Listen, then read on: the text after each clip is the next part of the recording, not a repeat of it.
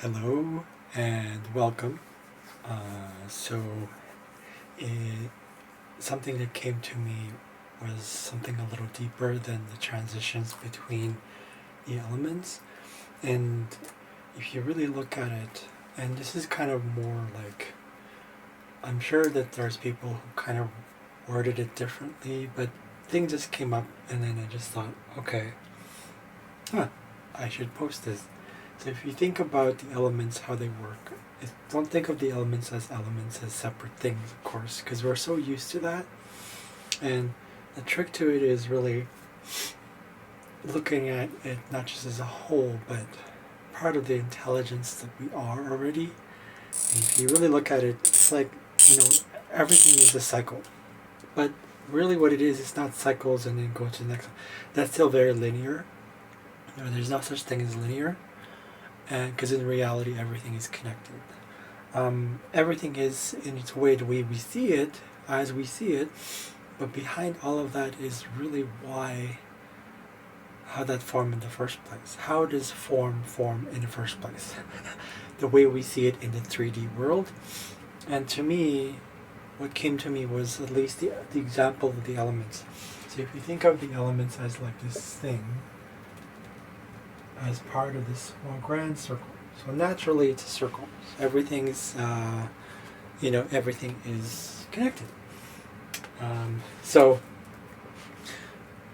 really what's behind it is, if you look at it, let's say we start with fire. Okay, let's start with fire. The fire is, let's use the color red to represent it. Of course, that's what we're used to, right? Basically, it's heat, it's fire, right? It's a process of things that heat up, right? Eventually, and it's when something comes to life. It's a birth, it's a spark of an idea. So if you think about it, fire is that's why we have inspiration when it comes to fire. And it's also sensing. We're sensing, it's not us itself, but it's like the idea of the symbolism or the actualism of fire itself. Intuiting as well as part of that. So intuition. Intuiting is the process. Intuition is the development of that. Right? So we look at fire, and we're going to do it in this way. We're going to look at it, and it's going to go up and down, but in a spiral. And let's say we start off. All right, let's say we use the astrological wheel, and we're going to go with the first house. Right, it's going to go here, and then it's going to go here, and then it's going to go here, here, here, here,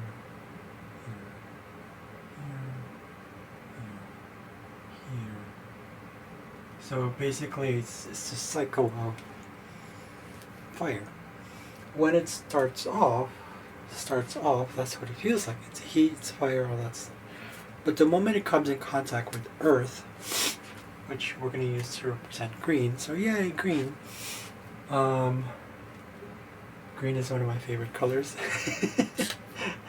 in this life. So it starts to formulate things. Like there's actually that hidden thing I noticed between, what is it, like when you go from fire to earth, there is stuff to think about it, like, okay, what is that? But what's beneath that? So using words, of course, language is very limiting. It's very limited and it's very limiting, which is okay. So the closest thing I can come up with is it starts to formulate. It's formulating, it's form, it's substantiating, it materializes. So that's why you have a supernova, right? It combusts. And apparently when I looked it up, what happens with supernova is that there's so many elements that come out of a supernova. And that's just the end of a star, right? Even the birth of a star, I believe it's the same. To me, it's the same thing. We can call it whatever we want to, name this and that. That's the point, is that it's so much inspiration, that energy, that it has to be substantiated. In other words, there's so much to give, there's so much to, and then all of a sudden it just kind of dies on itself. In a way, it kind of behaves a lot like water, right? And then once it goes into that, it has these little particles of elements that is earth. So once it starts to substantiate, this is why there's a supernova, but it's not disconnected ever, right? So and it comes into form. Then you have around this section here. Let's say this is fire, and this is earth right here. Okay, it kind of goes along with it, and then it does this thing. Possibly here.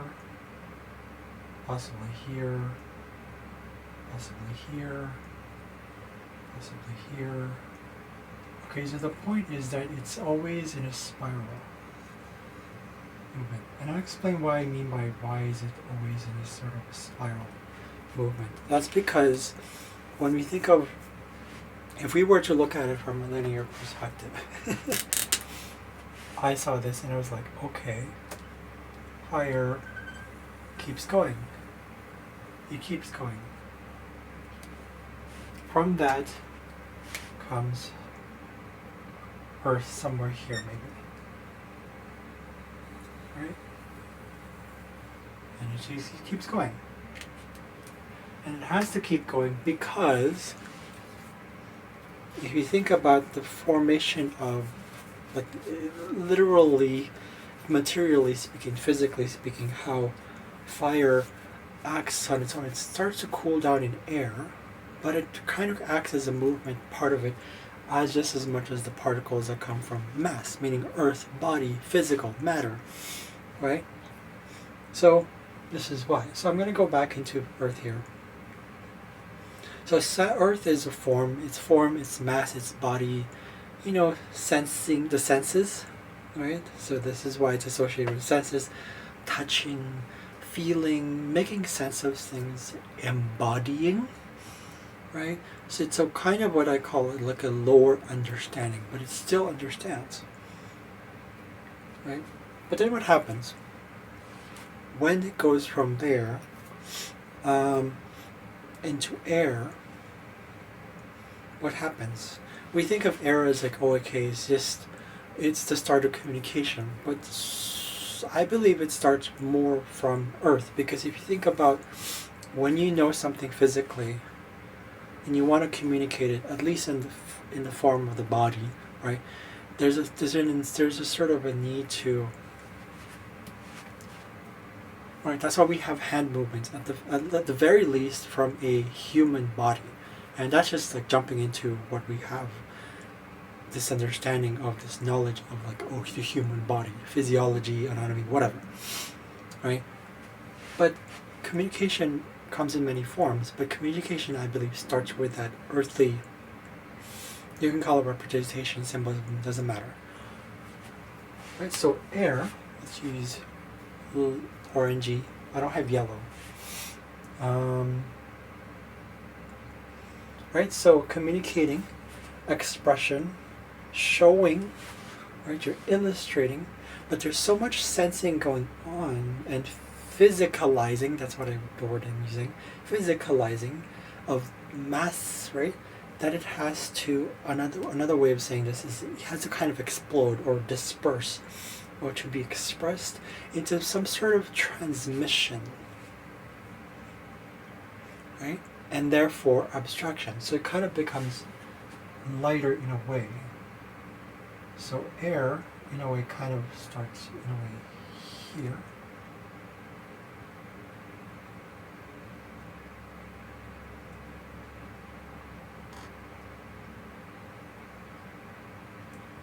So you see how it's like, it doesn't matter where I'm going.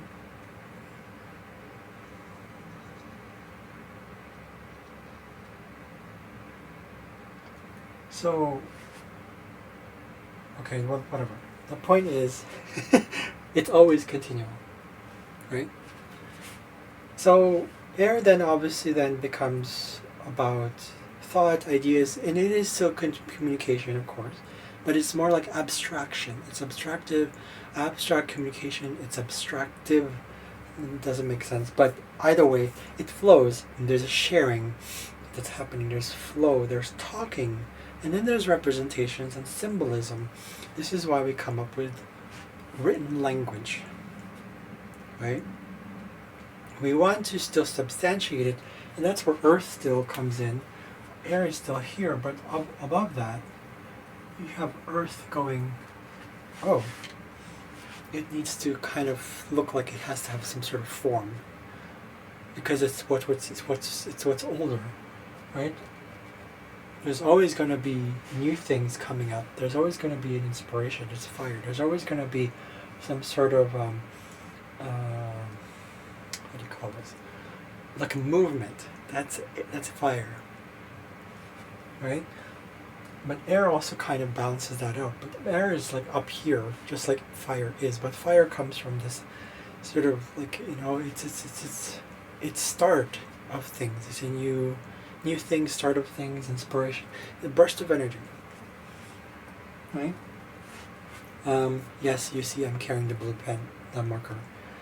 So anyways, so once we go into air, from air, I noticed that when it goes from air into water, so air, water, becomes like this higher understanding. Remember when we had earth to air?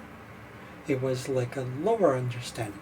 When I say lower, I don't necessarily mean stupid. It means that it's kind of things that as humans we don't really grasp yet, because we think it's like, oh, it's all up here, but really it's not. There's a different understanding up here. So a little lower understanding is down here, and it's not any different than it is up here. Okay? So it's a higher understanding, thought processing. And yes, it is a thought processing, because once you develop more thoughts, you become more, this is how emotions build up, right? Think of like when air starts to become kind of like, this is why water is hydrogen, oxygen. But isn't hydrogen technically kind of like part of air? Right? So hydrogen, oxygen, why is that water? Well, because it's an accumulation. It's like, you know, water has this tendency to cling on to things. But before it does that, it needs to go through that process of air-water transition. So thought processing, building up of emotions or emoting, deepening of thought, and of course emotions. But there's so much building up of thought emotions, I call it thought emotions, that it must start to bond. And it must start to go deeper. This is when water comes in. I would say probably water comes in through here.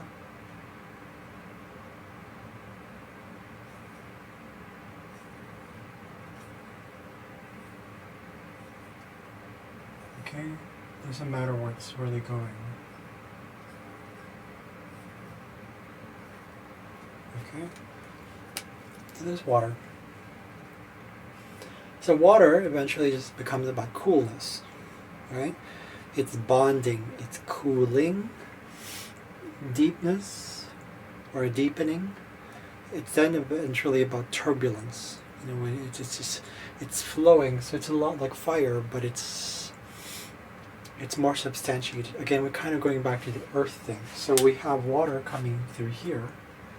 So this is from a linear perspective, of course, but linear doesn't exist, right? So we have water coming in later, okay? It's always actually been there. All the elements actually kind of come together at the same time. The way their process is kind of born out of the other one and rebirths out of the other one and dies of the other one as well, and vice versa. So it's never, ever, ever separate. So water then becomes bonding, its deepness, turbulence, and then it starts to cling, grasps onto things. Like I've observed this with water. It's not, you know, when you take a shower and you try to, you know, if you pour water onto something, it sticks there, right? It stays there. Why do you think it leaves watermarks?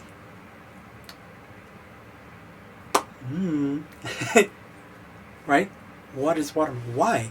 It's not about more like, we know it leaves watermarks because that's but why? Isn't that part of memory? If you leave something behind, remembering, history, inheritance, DNA, that's water stuff. the past, tradition, those kinds of, it leaves behind things. Earth is pretty much the same thing as well. So this is why water and earth are considered like the negative polarities of the positive compared to fire and air. Fire and air are positive. What that means is really like air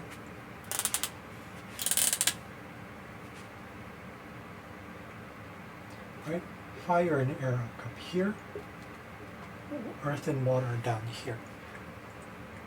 So these are the what you call the positive and the negative, but they're not necessarily bad about good or bad. This is not a duality thing, okay? If you look at it from how the elements are represented in what we do in life and everything we do in life, the elements actually are, what do you call this? They work with each other to the point where fire can also become soft. Fire can become less about aggression. Fire can calm down. Fire can cool down as well. Right? So, I mean, if you look at the shades of fire, this is why the elements themselves work. Right? If you look at the shades of fire, there's actually different colors of fire itself. So what does that mean? Fire can act and behave in a similar way that we have anger. There's anger that is, transmuted into something progressive, something useful, something substantiated, something that is more logical. And fire can do that. Same thing with earth. Earth doesn't have to necessarily be all about substance. When you look at earth itself, the element of earth, it can harden to metal. It can be really, really cold, or it can be warmer. It can be lighter. It can break down, and it becomes more like like sand.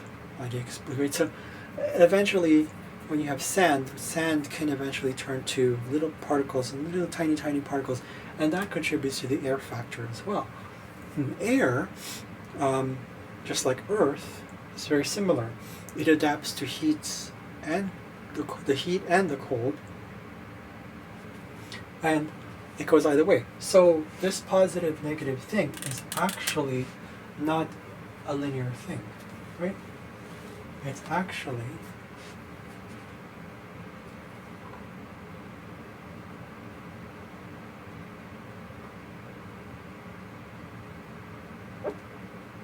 like that.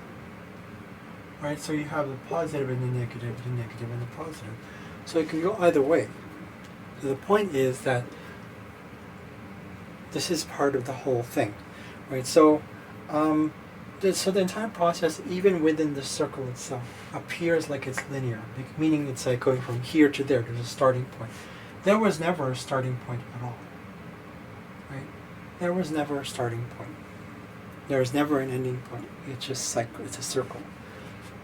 Now, in terms of the way I'm understanding, in terms of how it represents the 3D, think of it as like a 3D. This is your third dimension, right here. And this is, I would say, probably 5D up. Meaning, once we reach that, and when I say once, I don't mean like it's already there. It's already here. It's just about accessing it. So, accessing it is dependent on how much we've evolved, how much we're going into, or into consciousness, how we're really elevating. At least for me, or me as in this case, sometimes there's a lot of times where I feel like I'm in just dream state when I'm awake. But when I go back to bed, when I'm asleep, at the very least, in that example, I feel like I'm more connected when I'm sleeping. I sense it. And there are times where I'm in this like physically awakened state, and I feel like I have this inner sense that it's like, oh, this body is just here, and there is no I. It's almost like there's just connectedness. There's this wonderful connectedness that's just like, and you find it in the stillness. This is why it's in the stillness. right? Always coming back to these things. So this up and down flow, spiraling together, like within like this cycle, right? Cyclical pattern, or this flow, that cyclical pattern itself, why that happens is the intelligence. When I say the intelligence, I mean universe, God, whatever you want to call it, creator. But the intelligence is that thing that's all in everything and anything, and as above, so below. It's a cycle, right? Of course, again, in the 3D, we adhere to this flow that is beginning end kind of thing, right? There's always from one point A to point B, point A to point Z, point whatever.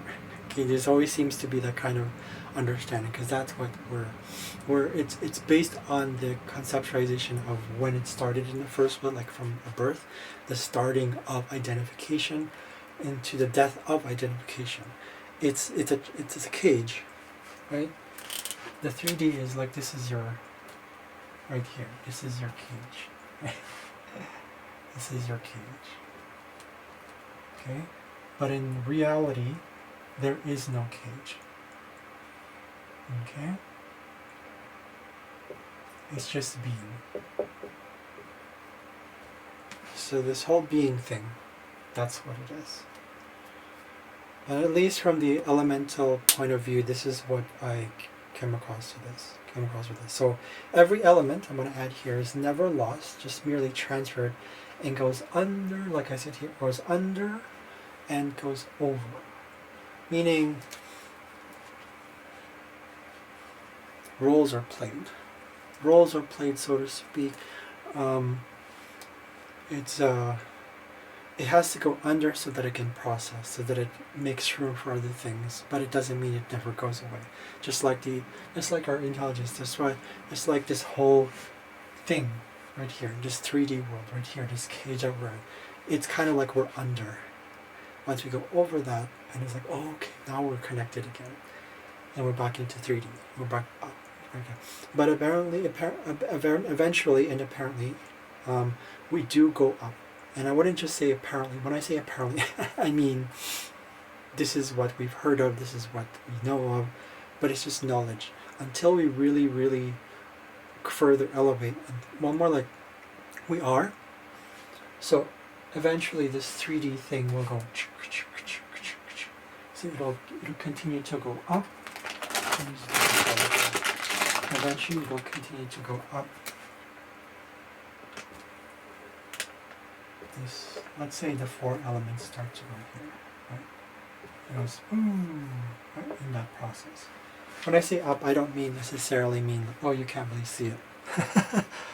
Can you? Yeah, you can. So it goes up, right?